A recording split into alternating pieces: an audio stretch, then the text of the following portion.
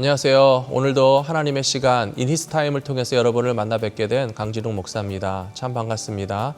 오늘도 저희 CTS 방송을 시청해 주시고 또 하나님의 시간을 통해서 함께 기도하는 시간, 그리고 우리의 생활에 필요한 정보도 나누시고요. 무엇보다도 또 하나님의 말씀을 사모하시면서 크게 은혜 받으실 수 있는 좋은 시간을 같이 나누기를 소원합니다. 저희 CTS 방송에 중보기도 또 기도의 제목을 보내주시는 분들이 계시는데요. 여러분들께서도 우리 자신의 기도 제목뿐만 아니라 우리 주변에 있는 분들, 그리고 같이 기도하셔야 할 제목이 있다면 저희 CTS 방송으로 보내주시고요. 저희들이 이 방송을 통해서 함께 모든 시청자들과 더불어서 기도하는 시간을 갖도록 하겠습니다. 오늘 기도 제목 보내주신 첫 번째 내용은 익명으로 보내주신 기도 제목이 있습니다. 한국에 계시는 친정 오빠를 위해서 기도해달라고 부탁하셨는데요. 친정 오빠가 사업을 하시는데 초기 자본이 없어서 빚을 지고 사업을 시작했는데 적자였던 그 사업이 오빠가 인수하신 후에 흑자로 변했고, 사업이 활성화되자 돈을 빌려줬던 곳에서 그 사업체를 헐값에 넘겨받으려고 빚독촉이 너무 심한 상태입니다. 정말 밤잠을 안 자고 발로 뛰면서 일으킨 사업인데 너무 허무하게 내놓으라고 하니 그 배신감도 크고 또 더 이상 돈을 빌릴 곳도 없기 때문에 사방으로 알아보고 다니는 오빠가 너무 애처로워서 마음이 무너진다고 하셨습니다. 그리고 오빠는 청소년 시절 교회를 열심히 다녔었는데 대학에 간 이후로는 하나님과 너무 멀어져서 지금은 아예 불신자로 살아가고 있습니다. 그래서 내가 아무리 신앙적인 이야기를 해도 듣기 싫어합니다. 하나님께서 우리 오빠에게 사방이 막혀있는 이 시간 동안에 오빠를 깊이 만나주시고 문제의 해결 그 자체보다도 인생을 살아가는 방향과 가치관이 바뀔 수 있는 인생의 전환점이 될 수 있기를 기도하고 있습니다. 그리고 물질의 풍요뿐 아니라 마음의 평안을 누리며 살아갈 수 있는 친정 오빠의 삶이 될 수 있도록 기도해 주시기를 바랍니다. 라고 제목을 보내주셨습니다. 우리의 삶에는 정말 물질이 굉장히 큰 영향을 미치는데요. 그 못지않게 또 하나님을 잃어버린 채 살아가는 삶도 얼마나 암담한 삶인지 모릅니다. 사랑하는 친정 오빠의 또 사업과 물질의 문제와 또 영적 회복을 위해서 기도를 부탁해 주셨는데요. 이 시간 시청자들께서도 같이 기도해 주시면 감사하겠습니다. 기도하겠습니다. 자비로우신 아버지 하나님, 우리 익명의 성도께서 기도 제목을 보내주셨습니다.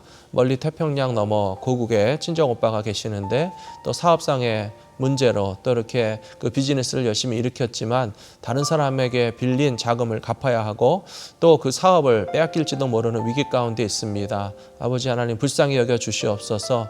이 세상은 너무나 치열한 또 생존 경쟁과 다른 사람의 재물과 또 특권들을 그렇게 뺏어가려는 일들이 너무나 많이 있습니다. 아버지 하나님 불쌍히 여겨주시고 피할 길을 내시고 이 사업을 일으키기 위해서 피땀 흘려 수고한 그 수고가 헛되지 아니하도록 열매 맺게 하시고 지켜낼 수 있도록 주여 도와주시옵소서. 그 채무 관계의 문제를 해결할 수 있는 길도 열어주실 뿐만 아니라 아버지 하나님 또 신앙생활 하던 귀한 형제님이 하나님에게서부터 멀리 떠나고 주님을 기억하지 못하는 그런 삶을 살아가고 있는 것으로 보입니다. 아버지 하나님 이 문제 동서남북 사방이 막혔고 사람에게는 도울 길을 찾지 못하는 이때에 눈을 들어 산을 바라보듯이 나의 도움이 어디서 올꼬 나의 도움이 천지를 지으신 여호와에게서로다라고 하는 사실을 다시 한번 깨달을 수 있는 영적 회복의 기회가 될 수 있도록 주여 도와 주시옵소서. 그리하여서 이 사업과 재물의 문제가 해결될 뿐만 아니라 인간 세상 가운데서 진실한 사람들을 찾지 못하고 구원과 도움의 손길을 찾지 못할 때에 우리를 기억해 주시고 돌보아 주시는 능력의 하나님을 바라보면서 믿음이 회복되는 귀한 기회가 될 수 있도록 주여 인도하여 주시옵시고, 그로 말미암아서 영적인 회복과 이 땅 위의 삶도 온전히 회복되는 승리의 역사가 일어날 수 있도록 주여 응답하여 주시옵소서. 우리 주 예수 그리스도의 이름으로 간절히 기도합니다. 아멘. 감사합니다. 우리 첫 번째 기도 제목 같이 기도해 주셔서 감사드리고요. 두 번째로 또다시 또 익명으로 보내주셨는데 한국에 있는 가족을 위한 기도의 제목을 보내주셨습니다. 한국에 있는 여동생이 눈앞에 뭔가 벌레같이 많은 것이 보이는 그런 비문증으로 어려움을 겪고 있는데 하나님께서 치료의 광선을 비춰주셔서 말끔히 고침받을 수 있기를 기도합니다. 또 아들이 아빠와의 관계에서 받은 마음의 상처에서 벗어나기를 기도합니다. 부디 세상을 긍정적으로 보고 예수님의 생명이 아들의 마음 안에 들어가 아들이 사람들과의 관계에서도 하나님의 사랑을 나누며 살아갈 수 있기를 기도합니다. 라고 기도 제목을 보내주셨습니다. 한국에 있는 여동생의 눈 건강 위해서 기도 부탁하셨고요. 또 아드님이 아빠와의 관계가 회복되고 또 예수님의 사랑이 아들의 마음과 삶 가운데 충만하기를 소원하는 어머니의 기도 제목입니다. 이 시간에 같이 기도해 주시면 감사하겠습니다. 기도하겠습니다. 자비로우신 아버지 하나님, 우리가 연약할 때에 주님을 찾게 됩니다. 건강할 때는 우리에게 건강을 주시고 우리의 삶을 지켜주시는 하나님의 손길을 미처 깨닫지 못하고 있었지만 아픔이 생기고 질병이 생길 때에 우리의 그 연약함 가운데서 창조주 하나님, 우리를 돌보시는 하나님을 의지할 수밖에 없습니다. 저희들의 연약한 믿음을 불쌍히 여겨주시고 아버지 하나님 간구하오니 응답하여 주시옵소서. 오늘 기도의 제목을 부탁하신 성도님, 여동생이 한국에서 계시는데 그 눈에 질환이 찾아왔습니다. 비문증으로 눈에 뭐가 날아다니는 것처럼 보이고 그 시각에 문제가 생겨나는 것을 하나님 고쳐주시옵기를 기도하오니 주여 역사하여 주시옵시고 하나님의 창조와 치유의 능력이 나타나서 치료하는 광선을 비춰주심으로써 깨끗이 나음을 얻도록 주여 고쳐주시옵기를 간절히 기도합니다. 또한 사랑하는 아드님을 위해서 기도하는데 아드님이 아버지와의 관계 가운데서 아픔이 있고 상처가 있다면 주님 간섭하여 주시옵소서. 인간의 육신의 부모는 부족하기 때문에 때로는 우리 자녀들을 위하여 어떻게 사랑을 표현하고 대화를 나누고 자녀의 삶을 또 뜨겁게 사랑으로 표현될지 모를 때도 많이 있습니다. 그로 말미암아서 육신의 부모와의 관계 가운데서 상처받는 자녀들도 있지만 아버지 하나님, 하나님은 우리를 놀랍도록 사랑해 주시고 그런 아픔의 관계와 또 경험 가운데서도 치유와 회복의 기회를 얼마든지 주실 줄로 믿습니다. 이 가정 안에 주님의 뜨거운 사랑의 역사가 일어나게 하여 주시옵시고 아드님과 자녀 가운데 또 부모님과 자식 가운데 남편과 아내 가운데 하나님께서 용서와 이해와 화합의 놀라운 역사가 예수 그리스도의 이름의 역사로 나타날 수 있도록 주여 도와 주시옵소서. 사랑하는 아드님을 위한 기도가 하나님 앞에 상달될 줄로 믿습니다. 상처받은 아들의 마음이 부모님을 이해하고 또 뜨겁게 사랑할 수 있는 마음으로 변화되게 하여 주시옵시고 예수 그리스도가 그 안에 들어가셔서 위로하여 주시면 그 사랑으로 말미암아 다른 사람들도 사랑을 베풀어 줄 수 있는 든든한 믿음의 자녀로 자라날 수 있도록 기도를 부탁하신 우리 성도님의 아드님의 인생과 영혼과 삶이 그리스도의 놀라운 사랑으로 충만한 삶이 될 수 있도록 이끌어 주시옵소서. 모든 말씀을 우리 주 예수 그리스도의 이름으로 간절히 기도 올리옵나이다. 아멘. 고맙습니다. 이 시간에 같이 기도해 주셔서 감사드리고요. 또 여러분들도 가지고 계시는 기도 제목 가운데 저희 CTS 방송 함께 기도하기를 원하신다면 저희에게 기도 제목을 보내주시고 또 여러분들의 기도의 제목을 가지고 함께 하나님 앞에 간구하도록 하겠습니다. 이 시간에는 오늘 또 건강에 관해서 좋은 정보를 제공해 주실 분을 전화로 연결하게 되었습니다. 선 덴탈 솔루션 캘리포니아 부에나파크에 위치하고 있는데요. 원장님이신 이순기 원장님 연결해서 오늘은 치주 질환에 관한 내용을 여러분들에게 설명해 주시겠다고 합니다. 이순기 원장님 안녕하세요. 네, 안녕하세요 목사님. 예, 오늘도 바쁘신 중에 이렇게 CTS 방송 In His Time 전화 연결해 주셔서 감사합니다. 네. 예, 오늘은 저희들에게 잇몸병이라고도 하는 치주 질환에 대해서 설명해 주신다고 들었습니다. 네네. 예, 이런 잇몸병, 치주 질환이 어떤 또 증세이고 질병인지 설명해 주시면 감사하겠습니다. 네네. 치주 조직 질환이라는 얘기는 치주라는 얘기는 치아 주위 조직을 얘기합니다. 그래서 네. 치주 질환은 치아 주위 조직 중에 잇몸에만 국한되는 치은염과 네. 아니면 치아를 둘러싸고 있는 치주 인대나 예. 치조골에도 염증이 확산된 치주염으로 분류가 됩니다. 예. 치아 자체의 손상이 아니고 치아 주위 조직에 염증이 발생하는 질환으로 일반적으로는 풍치라고들 많이 부르시는데요. 네. 바람 풍자를 써서 그만큼 시린 느낌이 있고 치아가 예. 흔들린다 해서 풍치라고 하는데 최근에는 치주 질환의 정의를 면역 체제가 관련된 만성 염증으로 보고 있습니다. 그래서 오랜 기간에 거쳐 진행되고 진행 중에도 커다란 증상이 없기 때문에 심각하게 치주 조직 파괴가 생긴 후에 치과에 찾아오시는 분들이 많습니다. 네. 그러니까 뭔가 음식을 씹을 때 네네. 시리게 느껴지는 게 있고요. 네네. 혹은 뭐 찬 음식이나 또 양치질 할 때 건드리면 약간 그 아프게 느껴지거나 혹은 또 잇몸이 부어서 불편한 것들이 다 그 치주 질환에 속하는 건가요? 네네. 그렇게 되다 보니까 치아가 흔들리게 되고 네. 또 입안에서 냄새가 날 수도 있고요. 네. 치아와 잇몸 사이에 부착물들이 보일 수도 있고. 그러니까 예. 주된 증상은 환자분들이 찾아오시는 주된 증상은 통증이 있거나 네. 아니면 잇몸에서 피가 나거나 예. 흔들리는 그 세 가지 중에 하나 증상으로 찾아오시게 됩니다. 네. 그렇다면 우리 몸에 이런 치주 질환이 생겨나는 원인은 무엇이고 어떻게 하면 예방할 수 있는지 설명해 주시겠습니까? 네네. 치주 질환의 원인은 한 가지 아닌 여러 가지 원인들이 복합적으로 작용하게 되는데요. 네. 먼저 이제 전신적인 요인이 있겠고요. 전신적인 요인은 몸 전체적으로 영양 상태 부족이라든지 네. 아니면은 전신 질환 네. 또는 내분기 호르몬 작용에 부전 내지는 임신 기간 중에 호르몬의 변화가 심하다든지 이런 전신적인 요인이 있고요. 네. 국소적인 요인으로는 먼저 세균성 치태, 저희들이 플래그라고 많이 얘기하고 있는데 네. 치아 표면에 있는 음식물 찌꺼기에 세균이 붙어서 증식돼 형성된 겁니다. 예.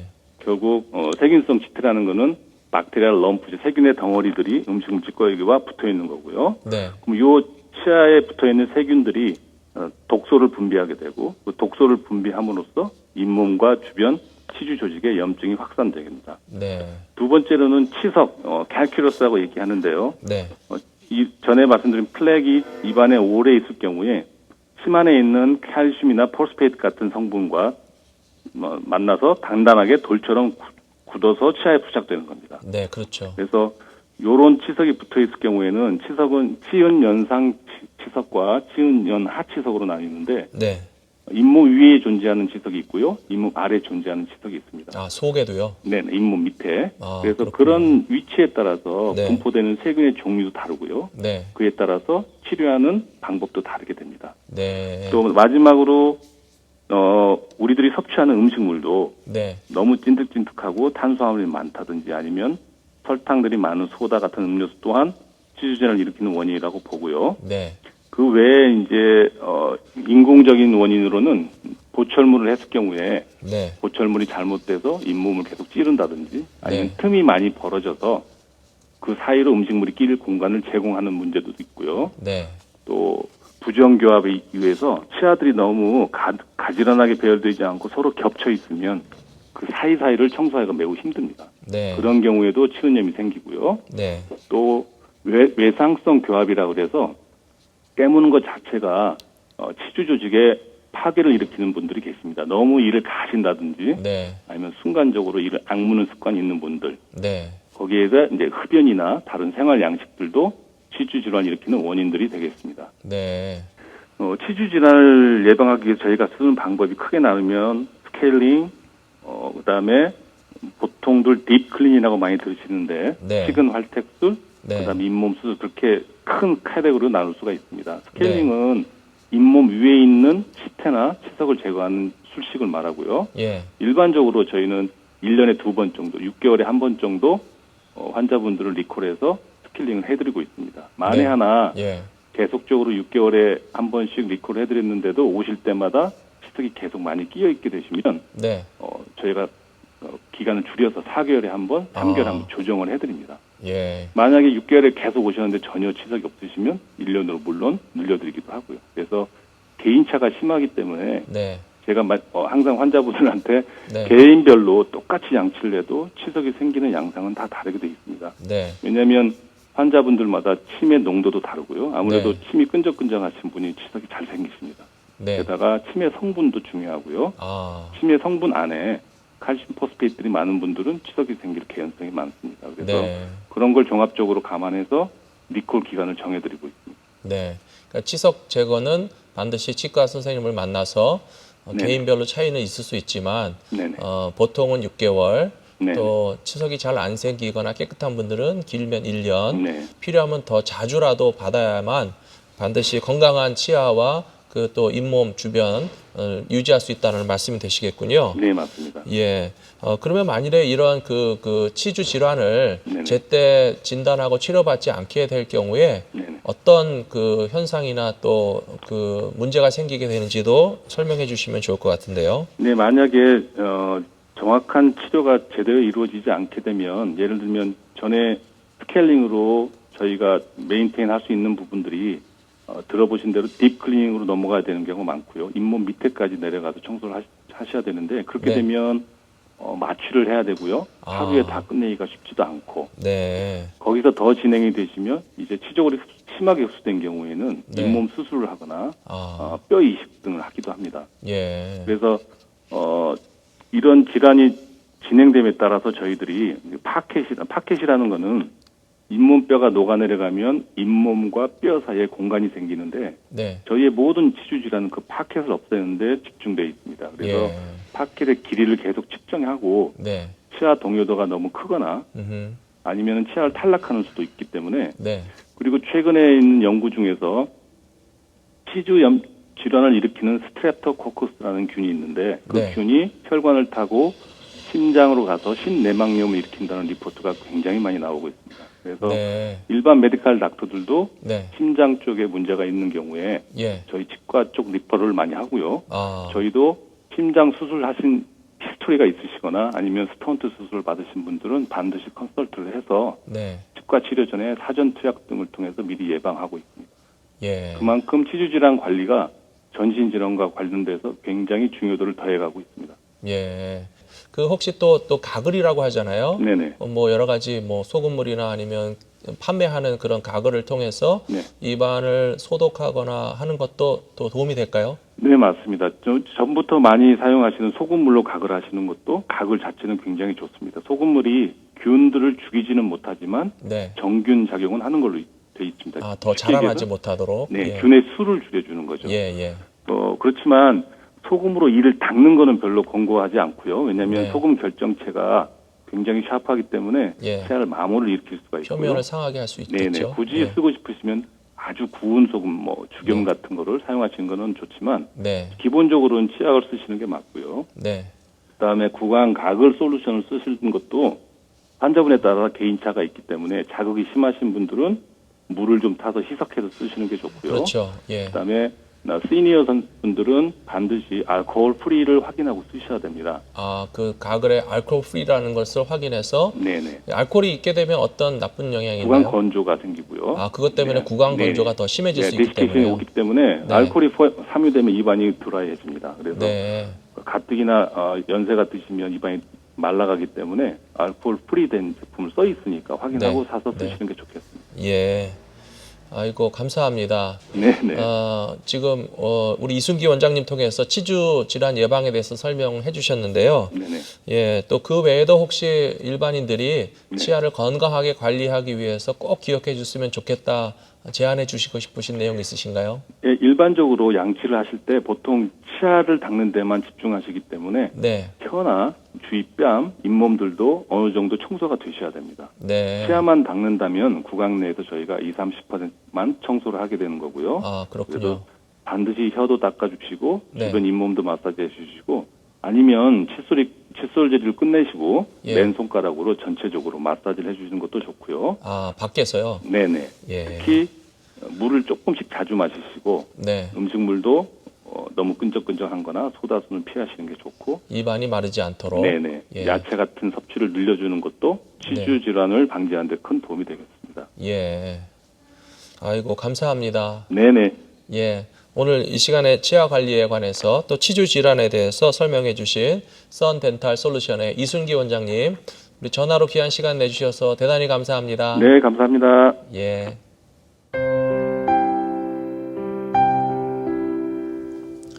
이 시간에 함께 나누기 원하는 말씀은요. 요한복음에서 예수님께서 나는 무엇이다 라고 이야기하신 7가지 내용 가운데서 나는 세상의 빛이다 라고 하신 말씀을 같이 나누려고 합니다.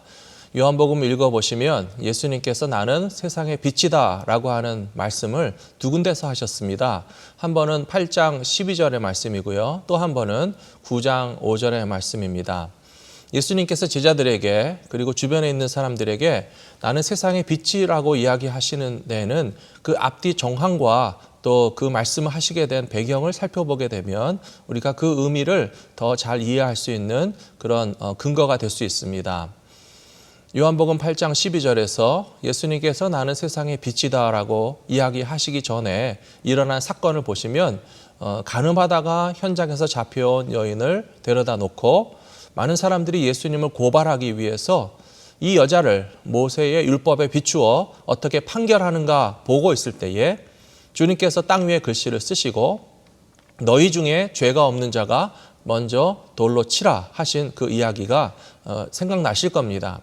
예수님의 말씀 앞에서 감히 그 여인을 돌로 치는 사람은 하나도 없었고 또 나이 든 사람으로부터 젊은 사람에 이르기까지 돌을 내려놓고 그 자리를 떠나갔다라고 하는 이야기를 기억하고 계실 겁니다.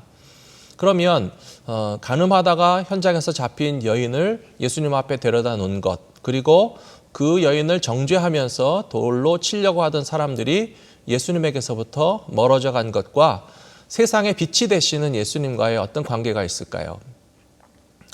빛이라고 하는 것은 어둠에 속한 일을 드러나게 돼 있고 또 죄가 어둠에 속한 일이라고 하는 것을 생각하게 되면 예수님께서 세상의 빛으로서 비추게 될 때에 우리들 마음속에 있는 죄가 드러나게 되고 생각나게 되면서 주님의 빛이 비추어지게 되면 회개할 마음이 생겨나서 어둠을 벗어나 빛으로 들어가게 된다라고 해석할 수 있을 것입니다. 이 여인이 죄인으로서 죄의 현장에서 잡혀왔습니다. 명백하게 모든 사람이 볼지라도 이 사람에게 어둠에 속한 삶이 있었던 것은 분명하겠죠. 그런데 어둠 속에서 살아가는 사람은 이 여인뿐만이 아니고 사실은 드러나지 않았고 발각되지 않았지만 돌을 들고 이 여자를 치려고 했던 사람들의 그 삶 가운데도 어둠에 속한 일들이 다 있었던 것은 분명합니다. 그렇기 때문에 예수님께서 너희 중에 죄가 없는 자가 먼저 돌로 치라라고 했을 때 감히 돌로 치지 못하고 주님에게서부터 멀어져 갔다는 것은 예수님의 빛이 비추게 되니까 죄악의 권세가 힘을 쓰지 못하고 자신들의 마음속에 은밀한 죄악들이 생각났기 때문에 회개하면서 물러간 것이 아니겠습니까? 사랑하는 성도 여러분, 예수님은 이와 같이 세상의 빛이 되십니다.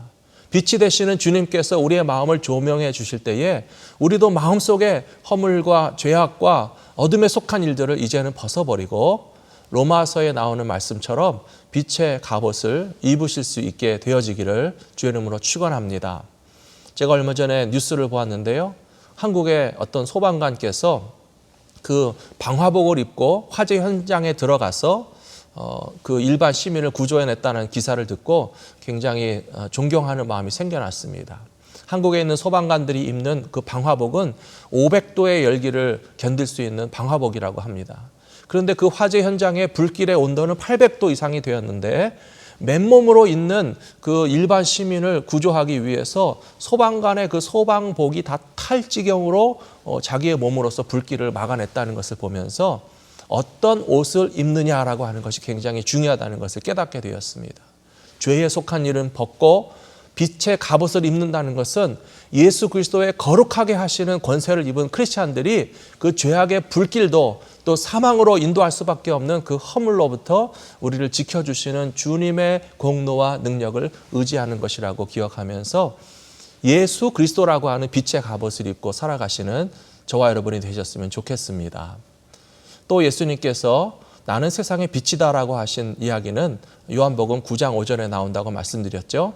이 9장 5절의 그 전후 사건을 보시면 실로암 연못가에서 맹인의 눈을 뜨게 하시는 그 사건의 한 복판에서 예수님은 세상의 빛이라고 하는 당신의 정체성에 대해서 소개해 주셨습니다.